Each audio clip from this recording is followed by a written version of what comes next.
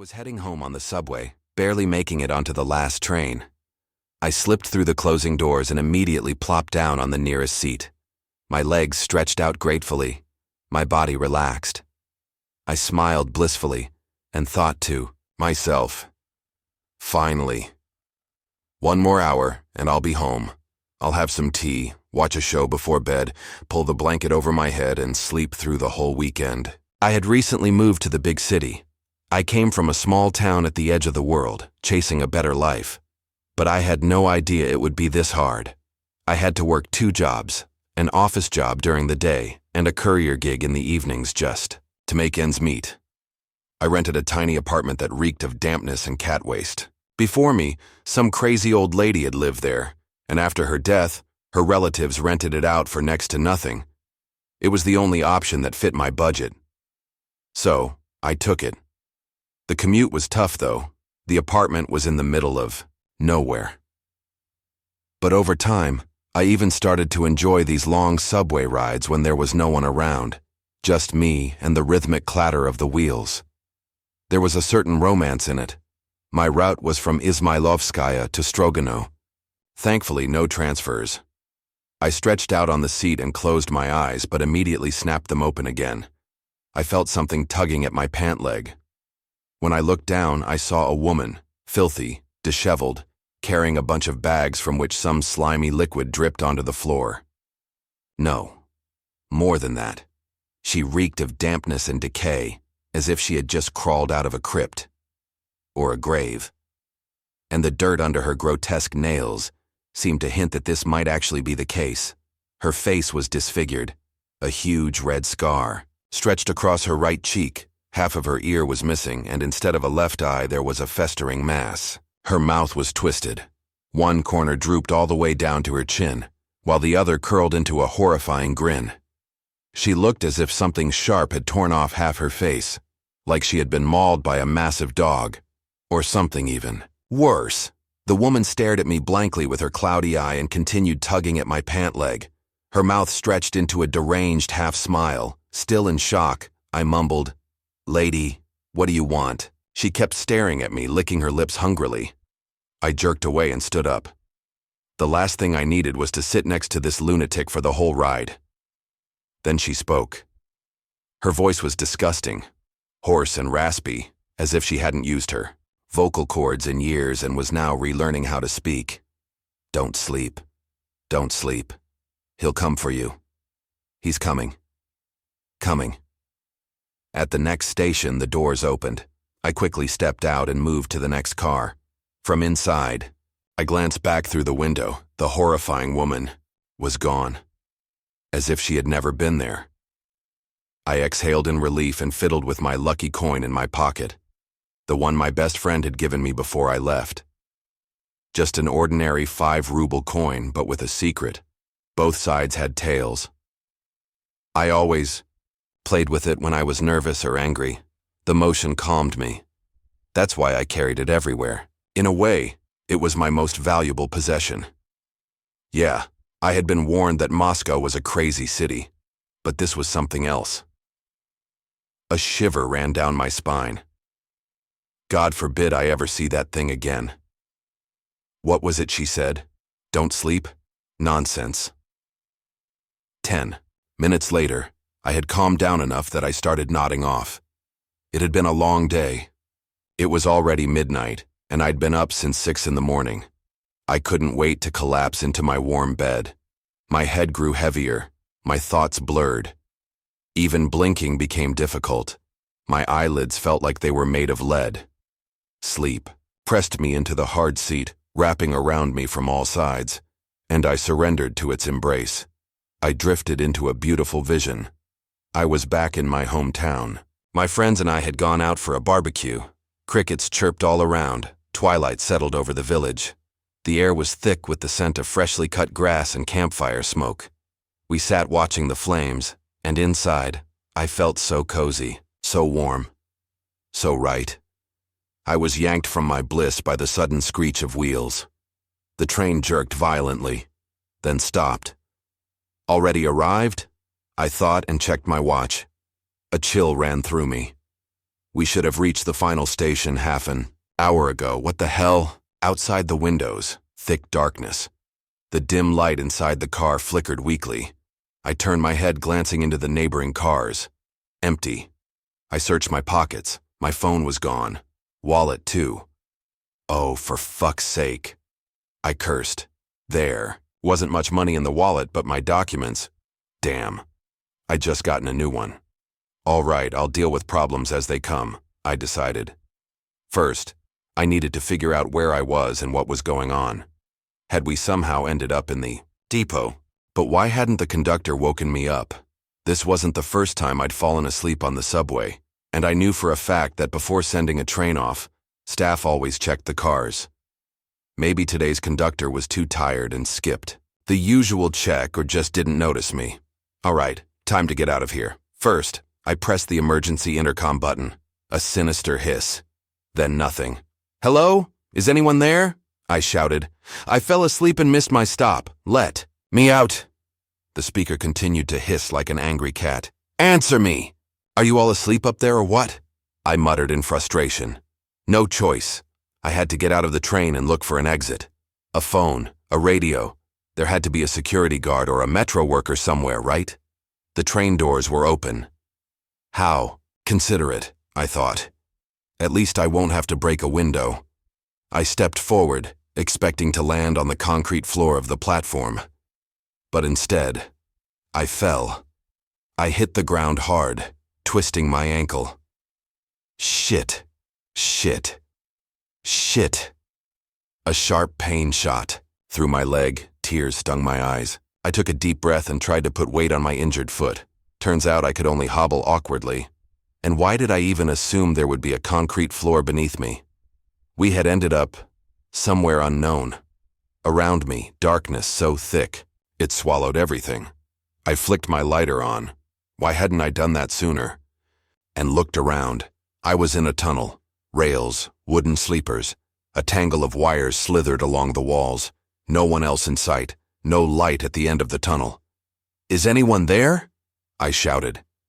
The emptiness responded with a strange sound. Something between laughter. Something between squelching. Something between a growl.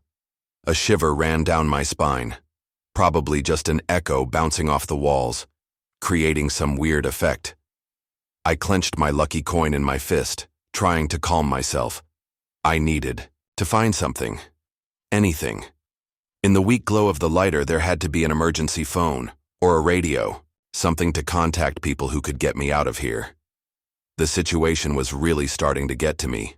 Instead of lying in my warm bed, where, by my calculations, I should have already been sipping tea, I was limping through a dark, damp, stinking tunnel, desperately looking for a way out. I hobbled along, counting the sleepers with my injured foot. As kids, my friends and I loved playing on the train tracks, standing there as a train approached, seeing who could last the longest. Before jumping away, we must have driven the conductors crazy. They'd blast the horn like mad and we'd just laugh. The adrenaline made us feel so alive. Right now, I felt nothing like that. Just exhaustion, a throbbing pain, and the creeping sensation that someone was staring at the back of my head. I spun around sharply. For a split second, the flickering light of my lighter seemed to catch the slightest hint of movement. Probably just my imagination. I swept the flame along the walls. Nothing. Silence. I kept walking, but I hadn't taken 10 steps before I heard that sound again. The same one. The one I had earlier mistaken for an echo. I couldn't tell where it was coming from. It bounced off the tunnel walls, making it feel like that disgusting growl was everywhere at once. A violent shudder ran through me, and instinctively, I picked up my pace. The sound grew louder. I walked faster. The sound got closer. It filled my head, pushing to burst out.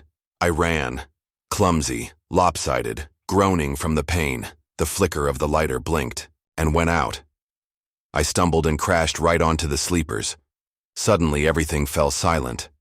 I held my breath, got to my feet, and stared into the darkness. Foolishly, I waved the lighter in front of me. And I saw him. He was completely naked, on all fours. At first glance, he resembled a child, a teenager of about 13. But the moment I took a closer look, a wave of cold sweat washed over me. Pale white skin, covered in patches of clear slime, eyes veiled by a milky white film, sharp claws on both hands and feet. But what terrified me the most were the teeth. Not their sharpness, not even their length, but their color. His teeth were covered in red. Blood. He was sniffing the air. Motionless, he stared straight at me. I couldn't move. Terror pierced my spine and spread through my body. I felt nailed to the spot. He kept twitching his nose like an animal. Then he turned and slowly started moving away. He can't see me, flashed through my mind. He's blind as a mole and relies only on smell or hearing. Not much of an advantage, but better than nothing. I tried to stand as quietly as possible. My injured leg was swollen, looking like a chunk of boiled meat. Not the best comparison, I thought, biting my lip hard enough to draw blood to stifle a groan. The creature turned toward me. Apparently the sound was much louder than I had thought. It began moving toward me slowly, skillfully shifting on all fours. I panicked. I fumbled through my pockets. Nothing useful, except for the coin. Regretfully, I took it out and flung it, as far as I could. For a second I marveled at how gracefully and swiftly it leaped from rail to rail, how precise and silent its movements were. Like a terrifying, hairless white monkey. I snapped back to reality. Run! Awkwardly, dragging my swollen leg, I tried to make as little noise as possible. I didn't look back. I feared what I might see. I had no idea where I was running. I just moved forward, blindly.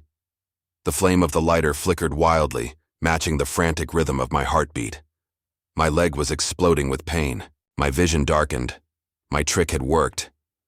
But not for long. The creature heard my ragged breathing, my clumsy footsteps, and it rushed after me. I couldn't hear the pursuit, but I could feel it with every fiber of my being. It was getting closer.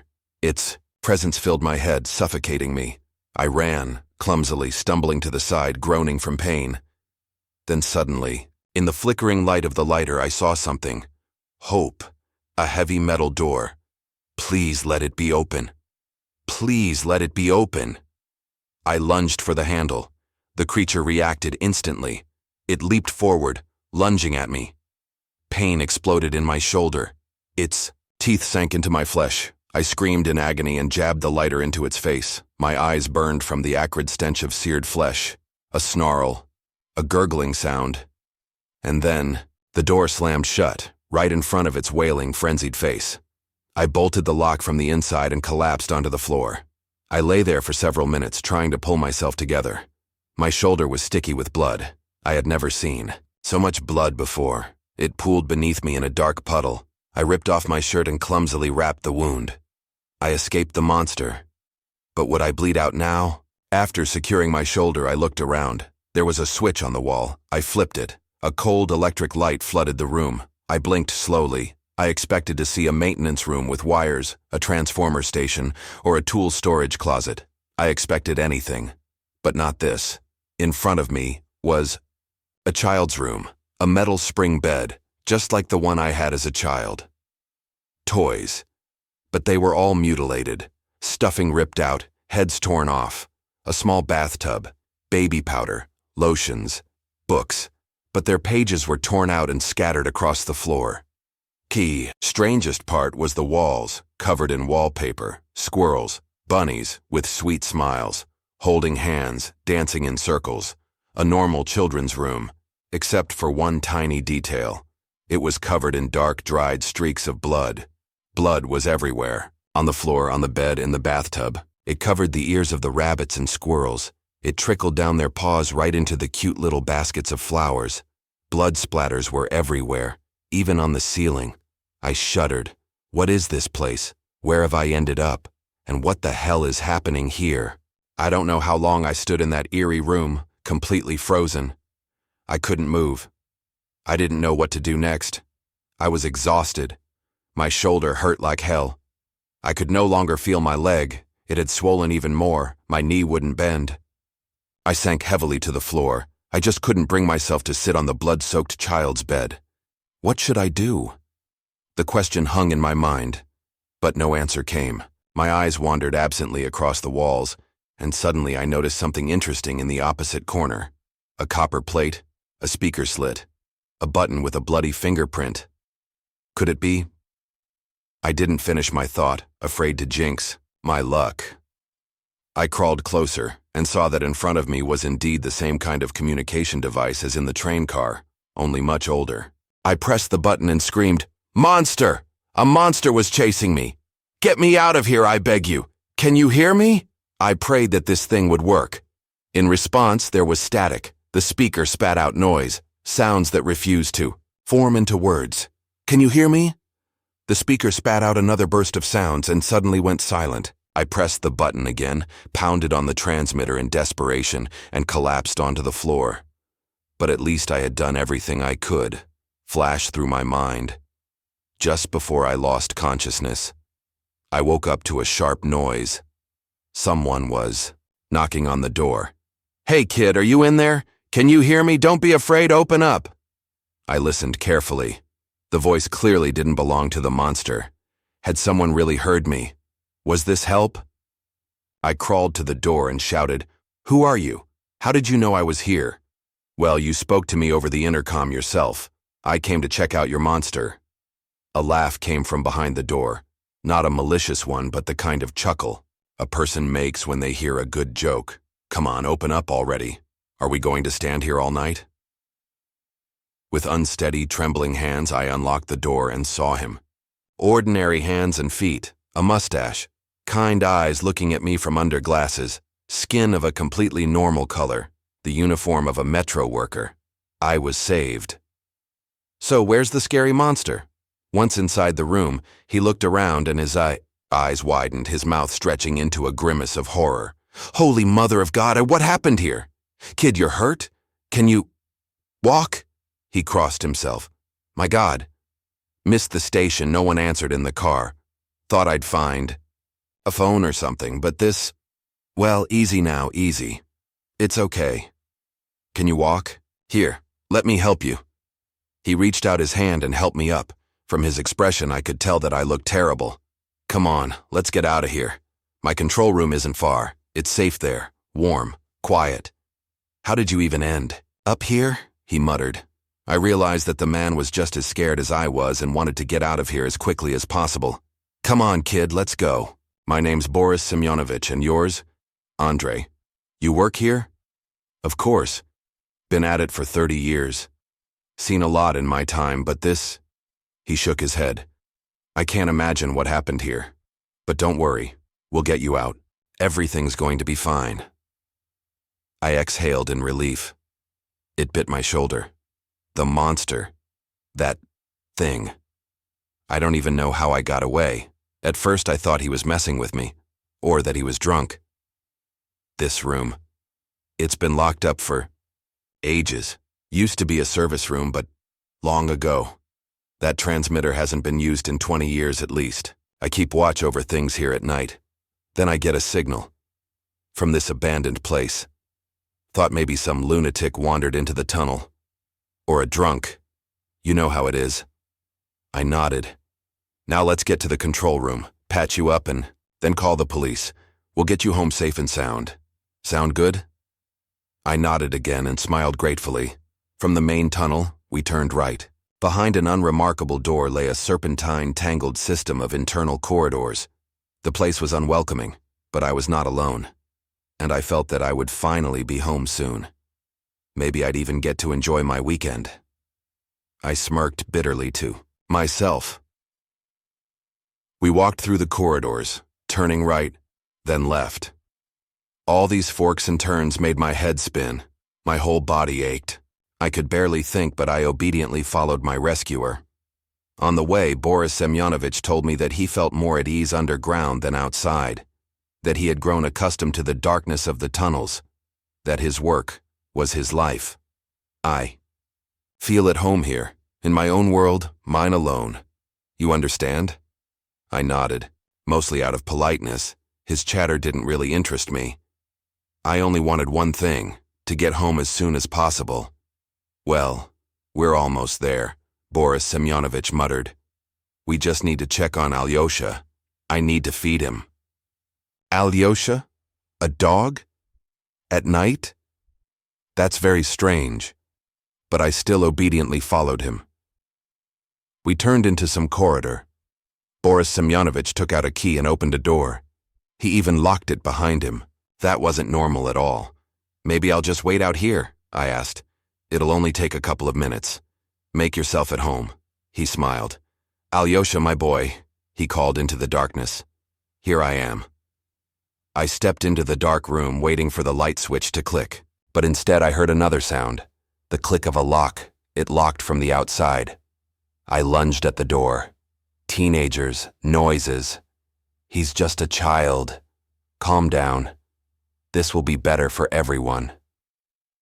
Frozen in place, I pulled out my lighter, flicking it once, then twice. It refused to work. Finally, a small flame flared up. In its weak glow, I saw white eyes, slick skin, and blood dripping from yellow fangs.